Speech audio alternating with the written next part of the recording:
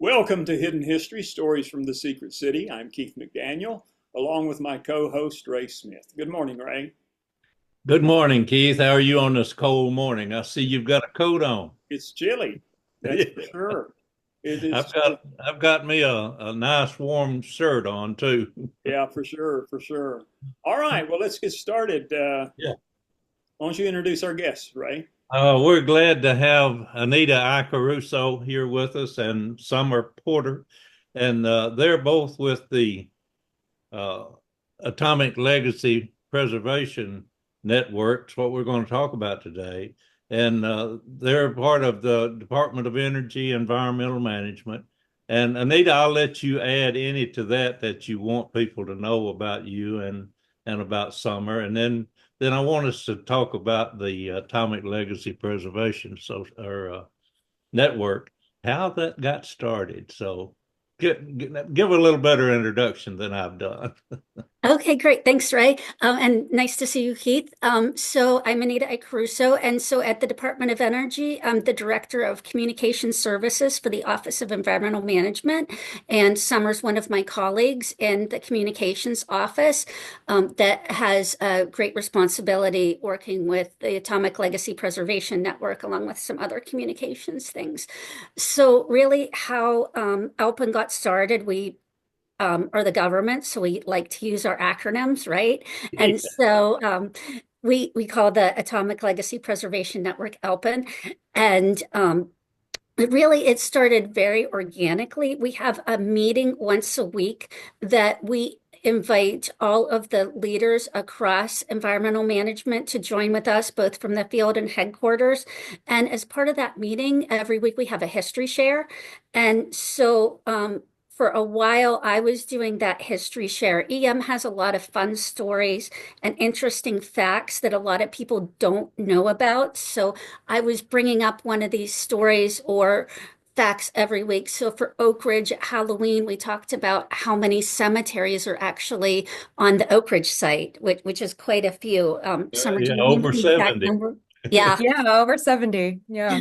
And so we have things like that all across the site. For Thanksgiving, we talked about how many turkeys were served at Oak Ridge. And then we do some of the more historical things to talk about our history of the Office of Environmental Management and from the Manhattan Project to the Cold War and even to today, things that are happening.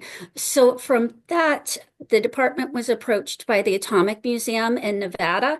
It was the Atomic Testing Museum at the time. Now it's the Atomic Museum. We were asked to help them build an exhibit that was a temporary exhibit that was there for a couple years, and we named it Beyond the Manhattan Project. So I was the lead on building that out, bringing information not just from Nevada, but from across the environmental management complex to talk about what happened during World War II with our weapons production, and then moving to what we're doing today for environmental cleanup. So I did that. Anita, And Anita, excuse me. yes, I don't mean to interrupt, but for our viewers who don't know, what does what is the Office of Environmental Management? What is your mission? oh, great question. So our mission is cleanup of nuclear materials from weapons production from the Cold War and other times. I don't have the mission off the top of my head That's written down, okay. but That's it's basically cleanup from weapons production and nuclear energy research that was government sponsored. Okay, and, thank and you. we might add that Oak Ridge is, I believe, your largest project and one of your most successful. It is one of our larger projects. We do have a couple other big projects across the country, like Hanford in Washington State. Yeah. We have the Savannah River site in South Carolina.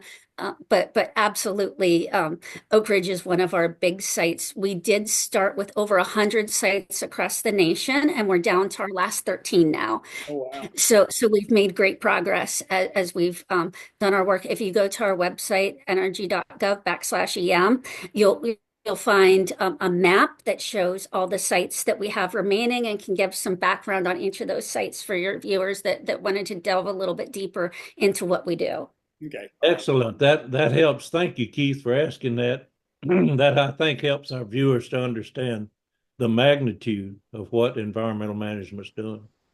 Yeah, so when we started World War II, when we started the weapons production, Niels Bohr said that in order to create a nuclear weapon, it would make you would need to turn the entire United States into a factory, and that's really what we did. It wasn't just limited to one site. It wasn't limited to New Mexico or Tennessee or Washington State. There was really pieces all across the country that were necessary. And if any of those pieces were missing, we wouldn't have been able to create that weapon that did help us end World War II.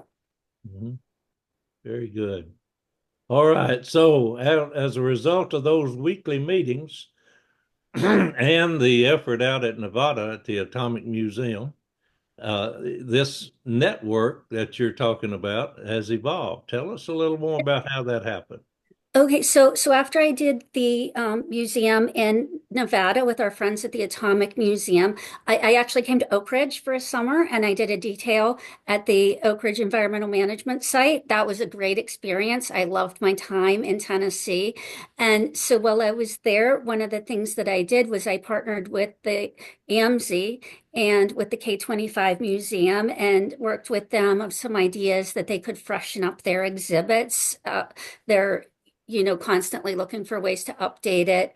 And K-25 opened right in 2020, which isn't a great time to open a museum, right? It opened on the last week of February, closed the third week of March. Right, right. So they had some time where they weren't able to really update it, and I helped them think of some ways that they could update that. It's a great facility, so I really encourage people to go out to the K-25 Museum, look around. It gives you a snapshot of some of the great work that we did. And so after that, I did come back to Washington, D.C., and I was asked to work on a project in the Forrestal building where our DOE headquarters is located. And we were freshening that up. It hadn't been updated in many years. And so each office was asked to create a display. I worked on that. So we realized through these things that I was doing these one-off things and then going back to my regular job. And it really became evident that there was a need to build some kind of a connection so that we had this capability and it wasn't just one person popping into things as needed, really to make a more organized, concerted effort. So actually on a plane ride back from Tennessee, I got my legal pad and started to write down some ideas. I did have that relationship with the Atomic Museum. I called one of the curator of the Atomic Museum, Joe, and said, "Hey, what would you think about this?" And he said, "I'm in." And I was like, "Joe, I haven't, I had practiced a speech." And he was like, "No, no." He said, we're looking for something like this." And I was like, "Great." And then we talked to the Manhattan Project National Park, which is the only national park that has locations in 3 states that aren't touching. It's the Manhattan Project National Park's great. And so I also encourage people to download the National Park app and you can either see virtually or you can go in person to those national park sites. It's very cool. And so we worked with the national park and then Sommer got involved at that point, and she took over the history shares, and she's having fun, as much fun with it as I did. And we did a little bit of a road show. We went to places like Washington State, talked to some of the tribal interpretive centers, talked to the national park, talked to some of the other museums to really explore what the needs were and what would make sense. And then in March of this year, we went to the Waste Management Symposia and rolled out ELPIN for the first time publicly. And while we were doing this, we also worked with IMLS, which is the Institute of Museum and Library Services. It's another government agency that focuses on museums and libraries. So we worked with them. We got a lot of advice from them because although we'd never done this before, they've helped build museum networks in the past, and we don't just focus on museums, but they focus on museums and libraries. And so from that, Alpin came about. So Alpin, anyone's invited to come to it. We work with our federal partners, both within the department and outside of the department. So we work with legacy management, with our DOE historians. We work with the National Park Service, and then with other museums, like with AMSI, with K25, with other museums all across the country, different institutions. We have an artist that we work with. It's the Tony Price art. We've worked with that. So I do encourage people to check that out as well. It's a really cool exhibit. And I don't know if you can see much of that art right now, but they were actually able to go to junkyards in New Mexico and find pieces of trash that were being sold from weapons production, and it's all safe, none of it's radioactive, anything like that. It's just excess, and this artist was able to purchase it and turn it into these amazing pieces of art. And so one of the things that Elpin has been able to do is we've been able to connect the Tony Price art with the Discovery Park of America that is in Tennessee, but I believe it's closer to Nashville than Yeah, Oak Ridge, it is. and they're working together to perhaps display that art out there. So that's really how we got started, and so for what we're doing now, I'll invite Sommer to give a little bit of information about what we're doing now and what our plans for the future are. Yeah, so thanks, Anita. Gave a good introduction to Alpin and kind of how we started. Like she said, I had been dabbling in historical preservation with the history shares every Tuesday, and like she said, I do have a lot of fun with them. We have one coming up that will be planned around Oak Ridge, talking about the K25 viewing platform, which should be ready next year if they are on schedule. So They once are that's on open, we encourage everyone to go check that out as part of the schedule. K25 History Museum. It will be a panoramic view of the 44 acres of K25 when it was in production, the largest building in the world at the time in 1945. So lots of interesting facts and things that we can share with our partners and people in EM. And that's kind of how we see what we're doing now. We want to be able to connect this history and this story of the entire country. Like Anita said, it was a factory. Lots of different communities were involved that we may not know about besides the big Oak Ridge, Washington, and Hanford and Los Alamos in New Mexico.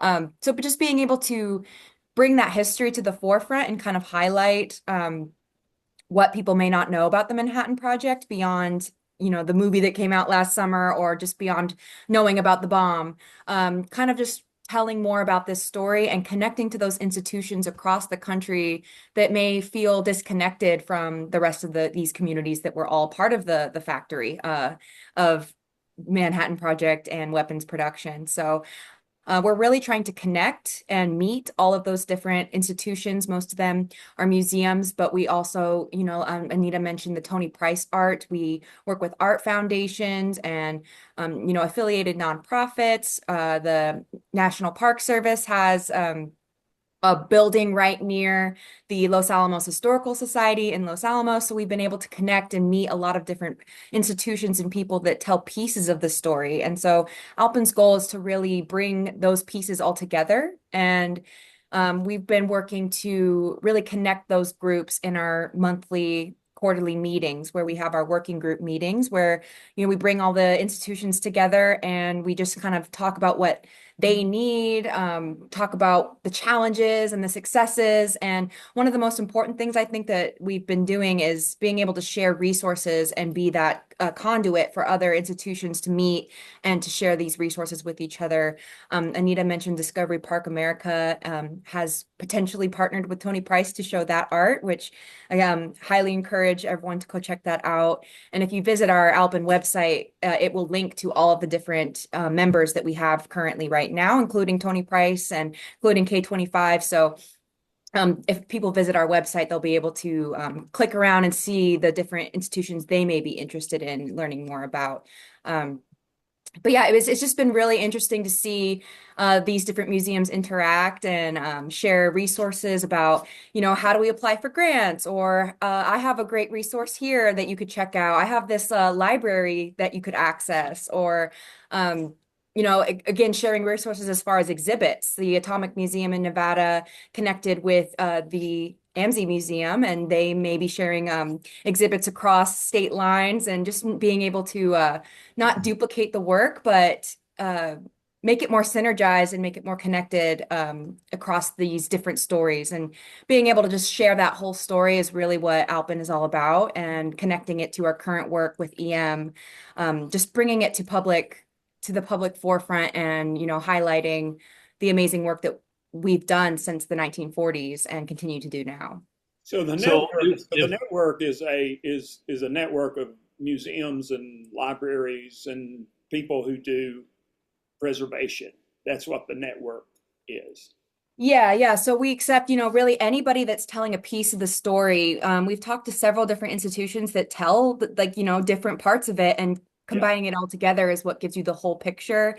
For example, in Los Alamos, there's a museum that's all about the homesteaders that were living there before the lab came. And so just kind of sharing and highlighting different, maybe unknown stories and people who were impacted by the Manhattan Project, and how that came to be. But yeah, it's anything atomic or nuclear themed, Manhattan Project legacy sites. There's legacy management with the DOE has a couple different smaller properties that were involved with nuclear development. And so that one of them is the Atomic Cabin in Colorado. So just little pieces here and there. The federal agencies, of course, within DOE and without. One of the really interesting connections we've been able to make is with some of the military organizations and museums. We visited the Air Force Museum in Ohio. They have a couple, they have a Cold War gallery and a whole gallery of Manhattan Project, World War II. And they have a lot of interesting pieces connecting to the story in a way maybe people didn't think about. So I think that's been just discovering all the different ways we can connect with people has been really exciting as we build this out. So I agree with you about that Air Force Museum. It's great. If someone watching on here now said, "Oh, I heard you talk about this quarterly forum that you have," how can they participate?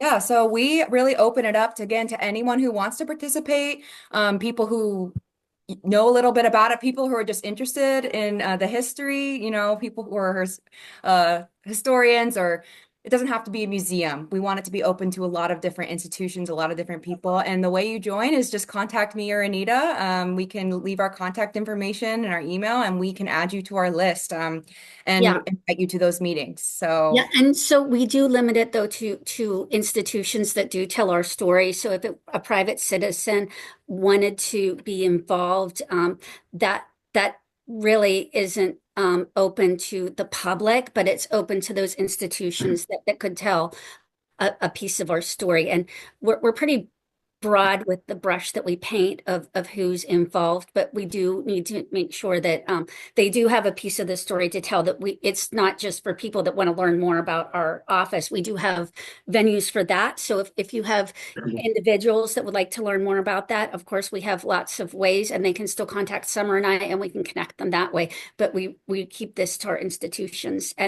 But for individuals, I do encourage them to check out our website and check out all the institutions. If they're planning a vacation, it's great to check out the website, see what they have in the area where they're going on vacation, and visit someplace they might not have thought of before. Very good. That helps. If people want to go to the website, they can learn from there. If they're appropriate to be a part of the forum, or if they're just interested in learning what you all have put on display there, or what you found. Atomic Cabin in Colorado. Tell me more about that, Sommer.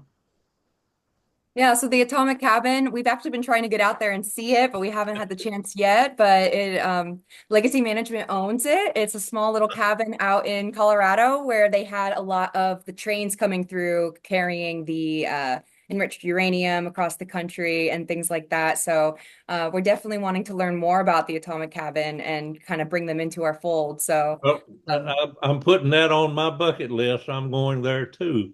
And we're looking now in Oak Ridge, we're looking to obtain one of those white railroad cars that used to carry those weapons across the nation. So yeah, I do know that there's a few railroad cars floating around. I know there are. We've just got to Yeah, pin down one and get it here in Oak Ridge.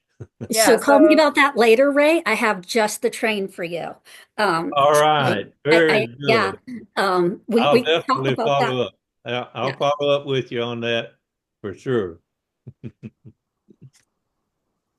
Ray, in thinking about the work that they're doing, Yeah. this may be aside here, but maybe I don't know. Maybe we could participate together.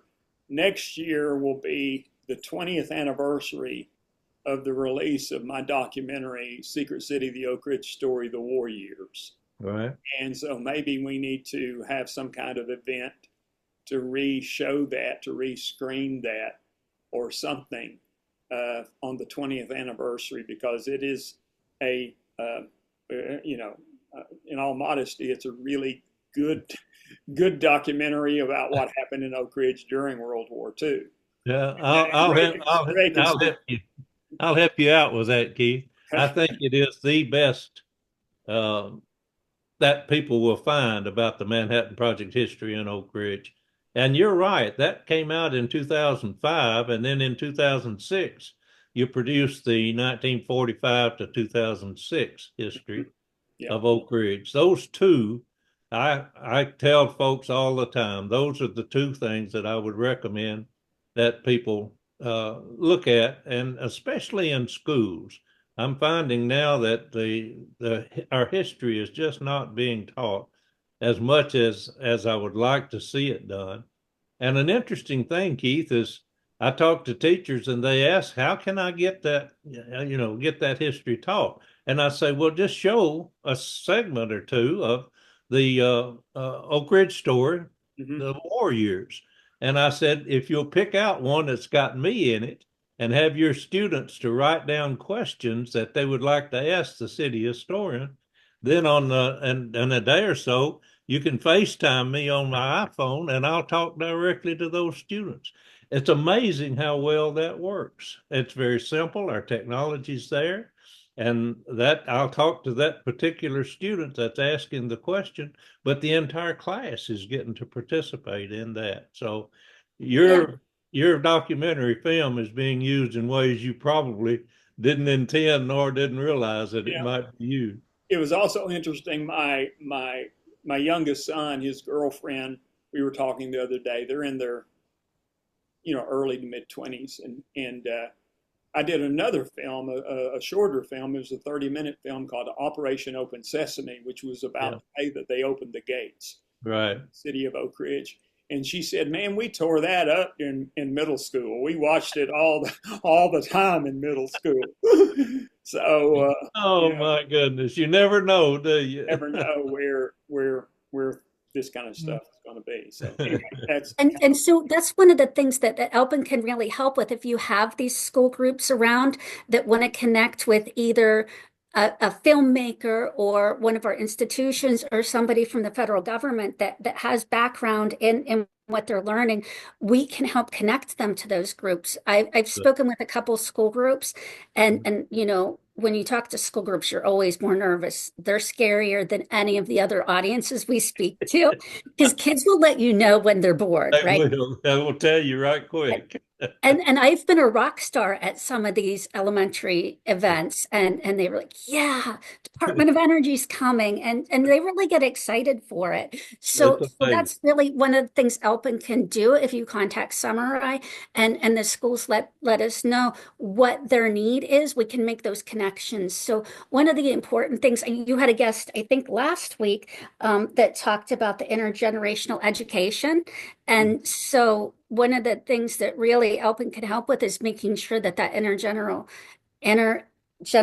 education can support as we find things are of interest to those different generations. So any school groups that what need that assistance, we are happy to help them out with whatever they need to learn more about it. Some of our institutions, we have the World War II Museum in New Orleans, and there's a museum in Aiken, South Carolina, that really have good programs for school children that we can also connect them with. The Atomic Museum is opening up an exhibit specifically focused on teaching kids about atoms.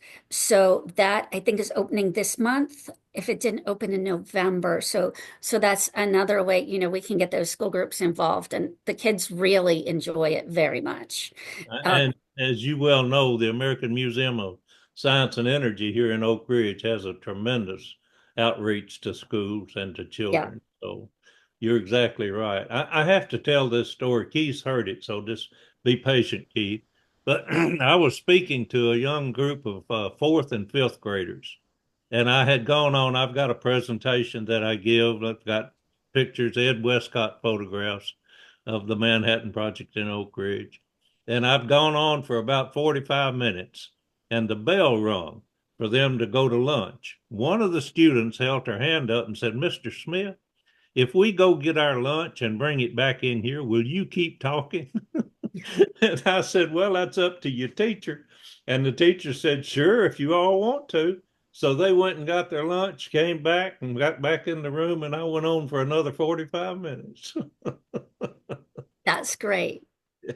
That it is interesting when you've got their attention. It's an amazing experience because they love stories, and if you can put it in a storytelling form, they will get right in there with you, and it's fun. You're right. It's a hard audience, but if you win them, it's a great experience.